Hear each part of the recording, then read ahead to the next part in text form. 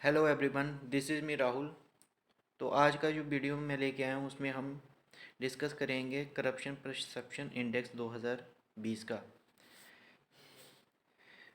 सबसे पहले जानते हैं कि इस इंडेक्स को किस एजेंसी ने रिलीज़ करा है। ट्रांसपेरेंसी इंटरनेशनल ने। तो इसमें बेसिकली उन्होंने 180 कंट्रीज़ को रैंक करा है, जिसमें इस साल इंडिया का रैंक 86 है इन सीपीआई में। और इंडिया को जो स्कोर मिला है वो 40 मिला है।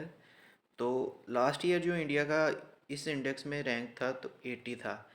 तो इस साल इंडिया का रैंक बढ़ गया है। तो जो करप्शन लेवल है वो इंडिया में काफ़ी ज़्यादा एज़ कम्पेयर टू पिछले लास्ट ईयर का थोड़ी सी बढ़ गई है।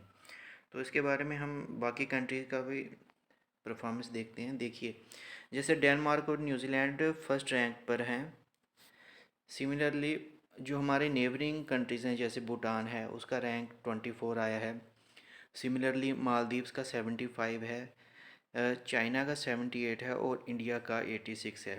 मैं कल न्यूज़ में देख रहा था तो उसमें ऐसा न्यूज़ आ रहा था कि जो हमारा नेबरिंग कंट्री है भूटान, वो हमसे आगे है एज़ कम्पेयर टू उनकी कंट्री में करप्शन कम होता है। देखिए, अगर इसको हम मतलब थोड़ा रैशनली देखें तो भूटान और इंडिया का अगर कंपैरिजन करें तो दोनों की पॉपुलेशन में काफ़ी ज़्यादा फ़र्क है। तो इंडिया की जो पॉपुलेशन है वो काफ़ी ज़्यादा है, तो उनको कंट्रोल करने के लिए जो एडमिनिस्ट्रेटिव मशीनरी चाहिए वो भी काफ़ी ज़्यादा चाहिए।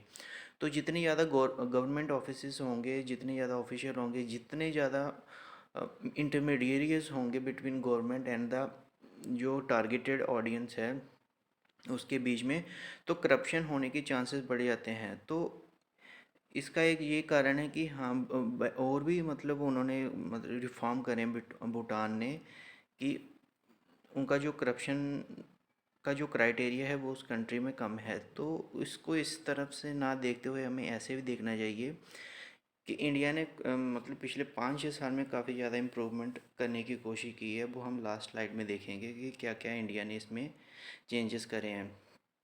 तो ये एक ओवरऑल था बाकी कंट्रीज़ के रिगार्डिंग। तो इंडिया कहाँ पे स्टैंड कर रहा है? इंडिया है ये 86 रैंक पर। तो तो उनकी ये रिपोर्ट में उन्होंने एक चीज़ बड़ी अच्छी कोट करते हुए बोली है कि कोविड सिर्फ ना ही ये हेल्थ और इकोनॉमिक क्राइसिस है, बल्कि ये करप्शन क्राइसिस भी है, और जिसको मैनेज करने में अभी तक मुश्किल हो रही है। देखिए, ये काफ़ी अच्छा कोट है। इसको आप अपने ऐसे में जीएस के आंसर में भी कोट कर सकते हैं। सिमिलरली उन्होंने कुछ इश्यूज बताए हैं कि कोविड-19 और करप्शन के बीच में क्या लिंकेजेस हैं। जैसे उन्होंने बताया कि सबसे पहले तो अगर ऐसे ही करप्शन चलता रहा, जो हमारे एसडीजीज हैं उसको कंप्लीट करने में, अचीव करने में इश्यूज आएंगे, वो कंप्लीट नहीं हो पाएंगे। और सबसे ज़्यादा जो करप्शन के कारण जो मतलब जिसको सबसे ज़्यादा परेशानी हो, हार्डशिप फेस करनी पड़ रही है, वो है हर कंट्री का पुअर सेक्शन, जिसकी वजह से infant mortality, maternal mortality rate और बाकी सारी डिजीज़ का ज़्यादा बढ़ती जा रही है, क्योंकि उनको पब्लिक हेल्थ सर्विसेज नहीं मिल रही हैं। तो जिस कोविड और करप्शन के बारे में इस इंडेक्स ने बात करी है, अगर हम जब कोविड स्टार्ट हुआ था तो इंडिया ने चाइना से इंपोर्ट करी थी पीपीई किट्स। उस टाइम एक बड़ी ज़्यादा एक न्यूज़ में आ रही थी कि जो पीपीई किट्स हमने चाइना से इंपोर्ट करी है उनमें प्रॉफिटियरिंग हुई है, जो मतलब मैन्युफैक्चरर ने इंडिया में मंगवाई थी। तो जो उस टाइम इंडिया में भी ऐसी करप्शन की न्यूज़ देखी गई थी, जिनकी वजह से जो पीपीई किट्स चाइना से इंपोर्ट की गई थी उसके रिगार्डिंग। तो इसको भी आप कहीं ना कहीं वैल्यू एडिशन में लिख ही सकते हैं।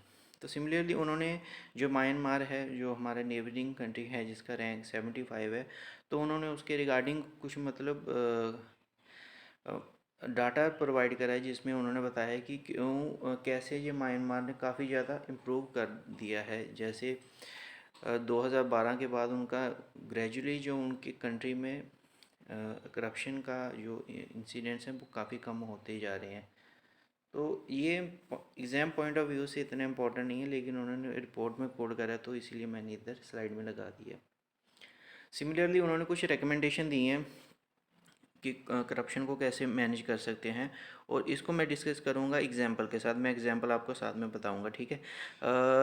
फर्स्ट देखते हैं स्ट्रेंथन ओवरसाइट इंस्टीट्यूशन। जैसे इंडिया में एंटी प्रॉफिटियरिंग अथॉरिटी है अंडर जीएसटी काउंसिल। तो जैसे हमने पीछे पीपी किट की एग्जांपल देखी, तो उसमें भी उन्होंने ओवरसाइट करा था और उन्होंने भी देखा था उस सारे मतलब इशू को पी किट्स के रिगार्डिंग। सिमिलरली वो बता रहे हैं कि ensure open and transparent contracting. जैसे अभी कोविडशील्ड का जो कॉन्ट्रैक्ट था 11 मिलियन डोसेज का, वो पुणे इंस्टीट्यूट ऑफ सीरोलॉजी को दिया गया, तो वो भी काफ़ी ट्रांसपेरेंट था, न्यूज़ में था। Similarly defend democracy promote civic space. इसमें उन्होंने यही बोला है कि हाँ मतलब जो एग्जीक्यूटिव हैं, जो गवर्नमेंट हैं, वो अपने मतलब उनको अपनी जो भी एक्शन उन्होंने ड्यूरिंग कोविड टाइम में लिया सिटीजन को बताने चाहिए, और पार्लियामेंट की जो सेशन होते हैं वो लगाते रहना चाहिए। जैसे सिमिलरली जब कोविड हुआ था तो बड़ी सारी कंट्रियाँ ऐसी थी जिन्होंने पार्लियामेंट सेशन स्किप कर रहे हैं, लेकिन कुछ कंट्रीज़ ऐसी थी, जैसे एग्जांपल लें तो यूके था, कनाडा था, इंडिया भी था। तो इन्होंने क्या किया था, इन्होंने अपने सेशन चलने दिए थे। हाँ, उसमें कुछ सोशल डिस्टेंसिंग नाम की नॉर्म कर दी थी, लेकिन इन्होंने जो अकाउंटेबिलिटी बनती है executive towards the nation and towards the citizen, वो उन्होंने फिट कर दी थी।